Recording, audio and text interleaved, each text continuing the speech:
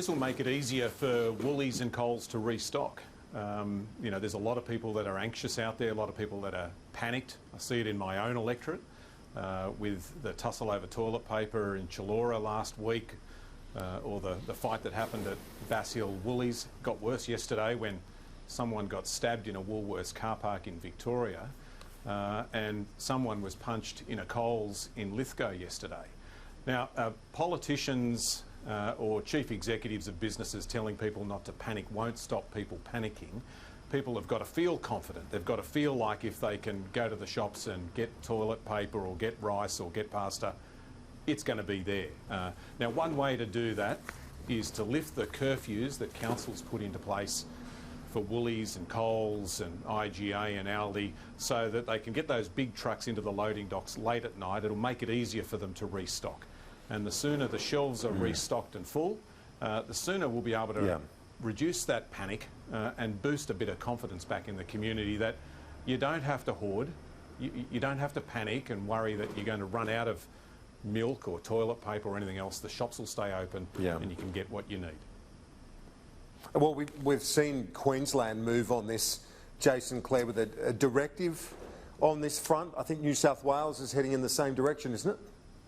Yeah, it's a good idea. One way to quickly fix this problem is if the state governments issue a directive to all local governments to waive these curfews, these truck curfews, so that the trucks can get in without the risk of being fined.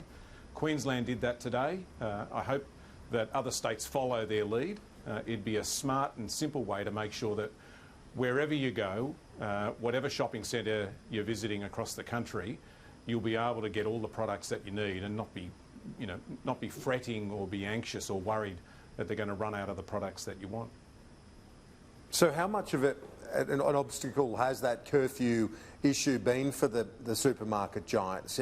Have they got the supplies they're ready to go if they were able to get in earlier? Well, I think Brad, the CEO of Woolies, made the point that there's been a double in demand that's happened in a very short period of time. Christmas is a time where people rush to the shops and buy things, but big supermarkets can prepare for that. They haven't been able to prepare for this, so the supply chain is under enormous pressure, and it's going to take time to get the stock and to be able to make sure that the shops are full.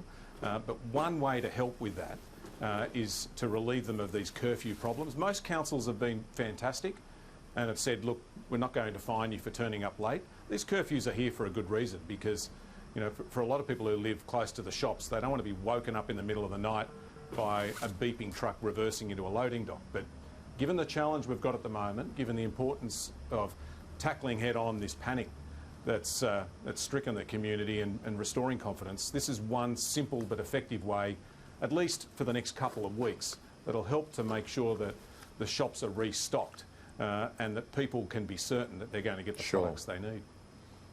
Yeah, indeed. I guess urging them, as the Prime Minister did today. You'd welcome that message, though. It's not always one that gets through, but it's certainly the right message to send, isn't it? To say, just calm down. The supplies will come back. It's a good message, and I support what the Prime Minister said. You know, we've got to be calm and be kind to each other. But politicians telling people to be calm or not to panic's not likely to stop people panicking. It might be counterproductive. People might think, well, why are they telling us not to panic? Then suddenly they rush down to Woolies to get more toilet paper and it's not there. So there's practical things that we can do. This is one of them. I got told by Coles in that package you just ran, it made the point that Coles are advertising for 5,000 jobs at the moment. Everything from stocking shelves to driving trucks to cash register work.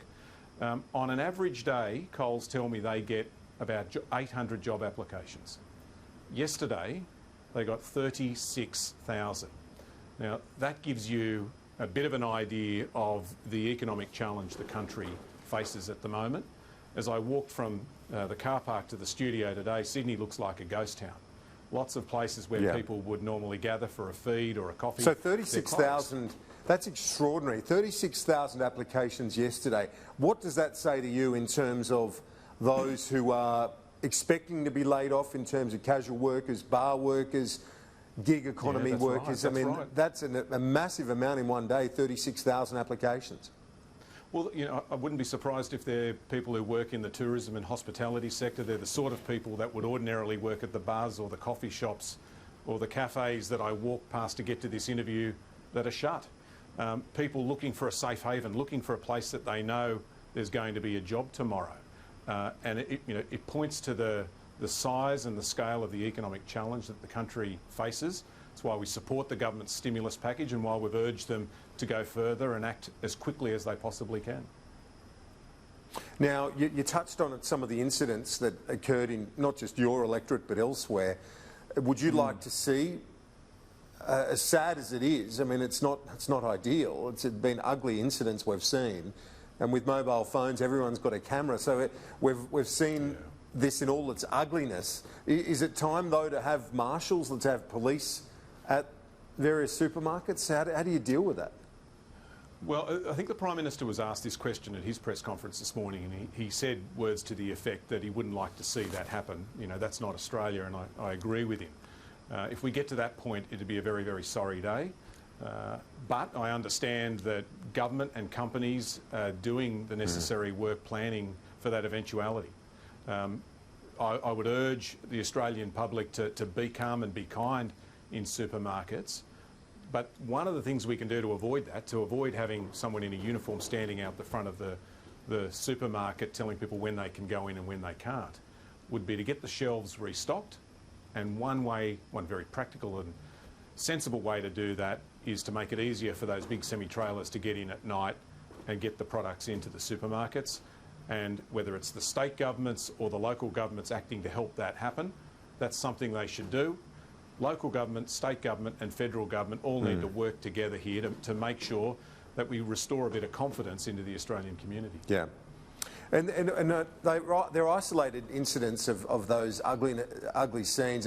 And to be honest, there are moments of kindness we're seeing across supermarket shops as well. One butcher told me how a young man, they'd run out of a certain meat, mince I think it was, for a grandmother. This young man offered to get her that product from another shop and take it to her home. That's a random act of kindness that happened the last few days. I mean, these things would be happening as well. We've got to remember that as a nation, as a people. You're right. And we do tend to focus on the negative, but there's some fantastic stories that don't necessarily make it onto the nightly news. I heard a story about somebody who got the last roll of toilet paper and saw an old lady who missed out and gave it to them. You know, that's another great example of the Australian spirit, looking after your neighbour and trying to be kind and generous to others. The more we see of that, the better.